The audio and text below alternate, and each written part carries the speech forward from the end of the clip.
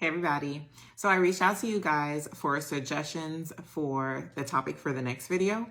And one of the questions brought up was how to help a person who stutters by providing them with tips and strategies that they can use at home. So first of all, I want to say, to a person who stutters, what are your feelings about your stutter? Like, do you not accept it? Do you feel like people are judging you? Are you creating anxiety for yourself? I'm here to tell you, just accept it. It's fine. You speak differently. We all stutter at some point, but that does not stop us, and it should not stop you from getting your message across. Yes, you speak a little bit differently, but it does not mean that you are less intelligent. Second, you should identify the moments when you experience an increase in dysfluencies in your speech. So, does this happen when you are extremely excited, when you're stressed out, when you're frustrated, or when you're feeling rushed?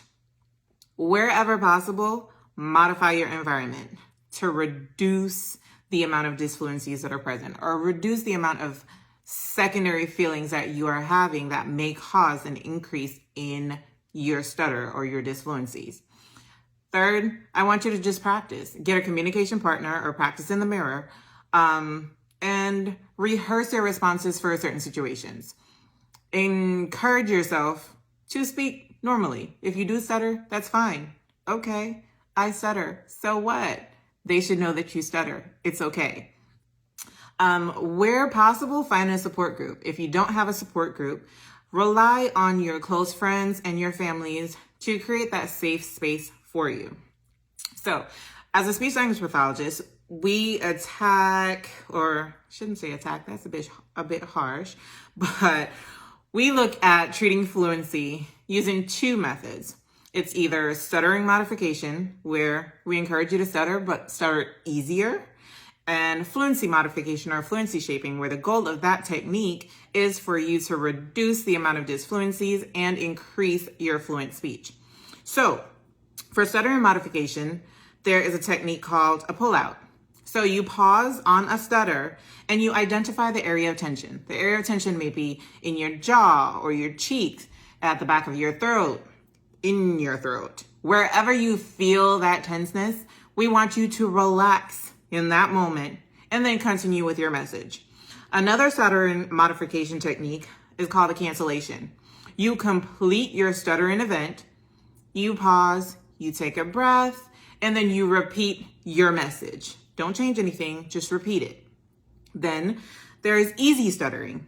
In easy stuttering, you are encouraged to intentionally stutter on the first syllable of the word.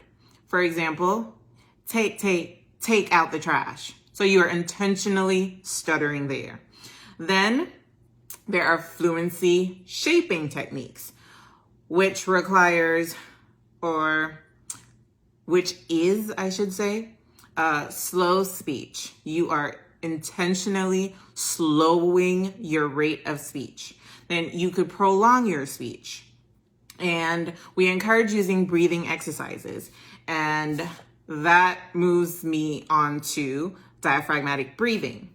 There are many benefits to diaphragmatic breathing, which is also known as deep breathing or belly breathing. You take a deep breath and you fill your lungs up with air, like so. And then you begin to speak on the exhale. What happens, you calm your nervous system, so you're less anxious, and you have enough air, you have enough breath support to get your message out. And the air is continuously flowing through your vocal folds, so there is no blockage occurring. When we shallow breathe or breathing from your shoulders, there's not enough breath support. So then you run out of breath, which causes a block, and that might cause you to stutter.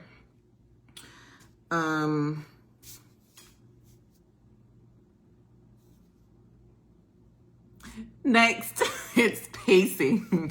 So pacing is something that you could use while practicing at home, because it might be a little bit atypical for you to pace out your words while engaging in conversation, but it's something that you could do at home where you could tap using your hands, where you are tapping out each syllable, or you could tap with your foot. It just gives you, or it allows you to find the right pace to get your words out more fluently. And then finally, there is light contact. And what light contact is, it's reducing the tension and tightness of the articulators when producing plosive sounds. So your articulators it's your tongue and everything that's in your mouth. Your tongue, your soft palate, your hard palate, your velum, everything in there. You want to reduce that tension. And a plosive, they're those consonants that we use like a harsh glottal attack, or we just say them really harsh. So your plosives are like your bilabials, your P, your B's, your T's, your D's, your K, your G, your M, your N's. So here's how we make a difference. Instead of saying mommy, you want to do it lighter where you say mommy. See, there is no tightness of the lip, and it reduces that block. When you create that tightness, there is a blockage. When you have light contact, it comes out more freely. With your K's and your G's, they're produced at the back of your throat. So instead of saying key, where the back of your tongue is pressed so hard to the back of your throat, you do it really lightly, key. Instead of your tongue pressing really hard to the top of your hard palate for your N, like no, you could do it really softly and say no. So for others who are the listeners, for our persons with a stutter or a persons who stutter, it is important to not interrupt that person. Create that safe space so that they are able to communicate with you without feeling rushed.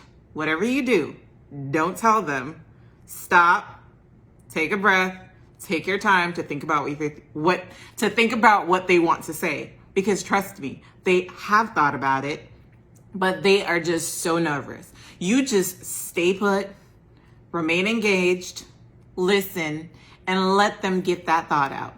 So, until next time, keep speaking and keep breathing.